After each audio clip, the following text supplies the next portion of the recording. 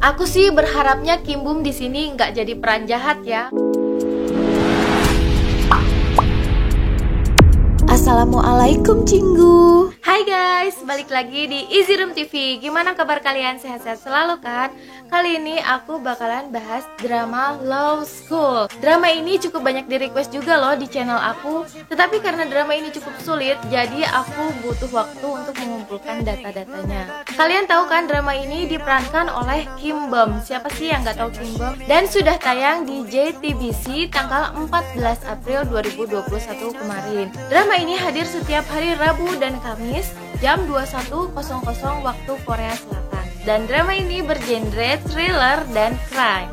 Drama misteri hukum ini menceritakan tentang para siswa dan profesor Fakultas Sekolah Hukum terbaik Korea Selatan yang terlibat dengan kasus yang tidak biasa. Banyak dari kalian yang bingung tentang alur cerita drama ini. Di sini aku bakalan bahas sedikit review dan teori dari drama Law School ini. Apa aja sih teorinya? Yuk kita langsung ke pembahasannya. Jangan di skip ya video ini, karena sepanjang apapun video aku pasti berisi informasi yang penting buat kalian. Jangan lupa subscribe, nyalakan loncengnya. Check it out.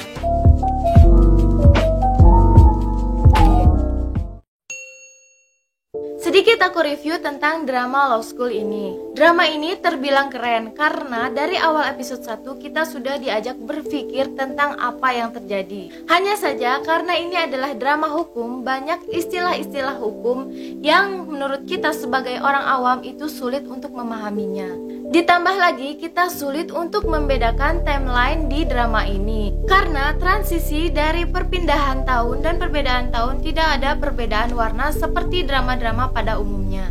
Ditambah lagi alur ceritanya yang terbilang sangat cepat. Terlepas dari semua itu, buat kita para pecinta drama misteri dan teka-teki ini, jujur ini sangat menantang. Aku rekomenin drama ini karena drama ini alur maju mundurnya sangat cepat. Jadi aku bakalan bantu kalian dengan membuat teori timeline ini. Aku menyusun timeline ini dari episode awal sampai ke episode kedua. Diawali dari tahun 2008. Lee Man-ho melakukan kejahatan keji, yaitu memperkosa gadis kecil. Ada seorang anak laki-laki yang melihat kejadian itu. Lee Man-ho menyadari kalau sedang ada yang melihat. Dia berusaha mengejar anak itu dan naasnya tanpa sengaja karena berlari ketakutan dan panik, anak laki-laki tersebut tertabrak mobil sedan hitam dan meninggal. Sedangkan mobil sedan tersebut langsung kabur. Kasus ini ditangani oleh jaksa So Byung-ju.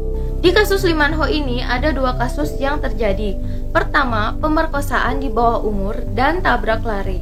Untuk kasus pemerkosaan Lee Man-ho ditangani jaksa So Byung-ju. Untuk kasus tabrak lari anak laki-laki yang merupakan satu-satunya saksi kasus Lee Man-ho ditangani jaksa Yang Jong-hun. Sayangnya di kasus tabrak lari ini satu-satunya saksi adalah Lee Man-ho saja. Dalam cerita ini entah bagaimana Lee Man-ho mengetahui kalau mobil yang menabrak itu adalah mobil milik jasa So Byung-ju. Jadi mereka sepertinya membuat kesepakatan untuk menutupi kasus tabrak lari ini dengan membuat Lee Man-ho mengaku sedang mabuk dan tidak sadar sehingga tidak bisa mengingat plat nomor kendaraan tersebut. Imbasnya, kasus pemerkosaan yang dilakukan Lee Man-ho akan diberi keringanan karena alasan di bawah pengaruh alkohol. Dia juga diberi pekerjaan sebagai supir jaksa So Byung-ju karena tidak adanya saksi lain, maka kasus tabrak lari bocah laki-laki tersebut dianggap kasus dini. Hakim yang bertugas untuk persidangan Lee Man-ho adalah Hakim Kim On-suk. Karena kesaksian Lee Man-ho yang mengatakan sedang mabuk, dia dengan berat hati menjatuhkan hukuman yang terbilang ringan karena terikat dengan hukum Undang-Undang Kriminal pasal 10 ayat 2 KUHP. Selanjutnya di tahun 2017, So Byung-ju saat ini sudah diangkat menjadi kepala jaksa dan dia didakwa atas penerimaan suap karena dia menerima bidang tanah seharga 370 juta yang menjadi 5,6 miliar yang didapat dari anggota Dewan Ko. Jaksa penuntut kasus ini adalah jaksa Yang Jong-hun. Di kasus ini diputuskan oleh Mahkamah Agung bahwa So Byung-ju tidak bersalah dan pemberian tanah tersebut dianggap tidak berhubungan dengan quid pro quo atau yang bisa diartikan imbalan. Kasus ini membuat jaksa yang berhenti menjadi seorang jaksa karena sifat dia yang selalu menjunjung tinggi keadilan. Hakim Kim Eun-suk juga mengundurkan diri sebagai hakim. Mereka berdua lalu bekerja sebagai profesor hukum atau dosen di Sekolah Hukum Universitas Hankuk. Sekarang di tahun 2020 Maret, So Byung-ju menyumbangkan tanah yang sebelumnya bermasalah yang diduga suap tersebut untuk pembangunan ruang sidang tiruan di Sekolah Hukum Hankuk University. Setelah acara penerimaan donasi, Jaksa Agung So yang sekarang menjadi pengacara, dia mengunjungi mantan jaksa Yang Jong-hun di salah satu kelasnya. Kebetulan saat itu profesor yang sedang menjadikan kasus tanah yang diduga suap itu menjadi salah satu contoh kasus mata kuliahnya.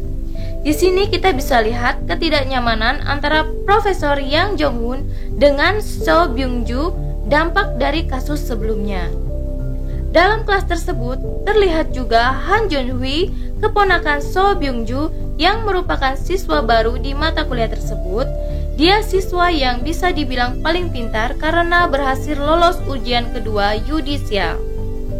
Dia sependapat dengan Profesor Yang, menganggap kasus tanah suap pamannya tersebut tidak diselesaikan dengan benar.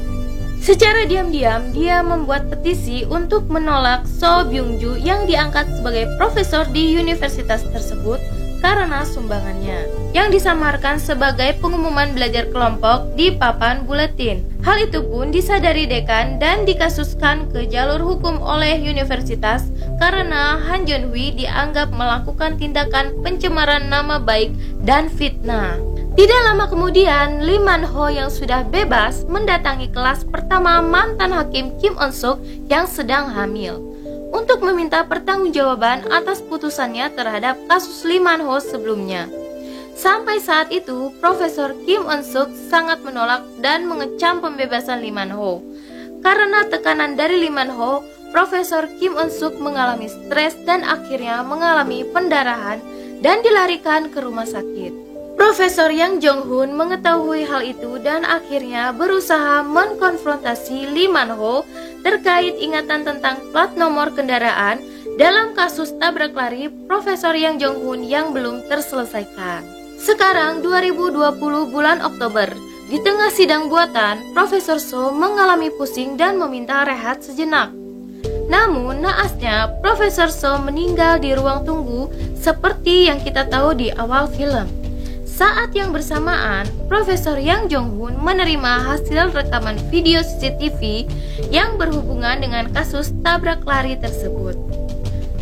Dalam penyidikan forensik ditemukan bekas tapak sepatu beberapa orang termasuk para murid yang terlibat dalam sidang buatan.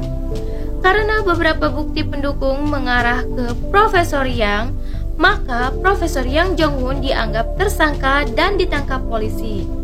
Tetapi dari awal penangkapan hingga akhir, dia tidak pernah memberikan keterangan apapun sampai pada olah TKP.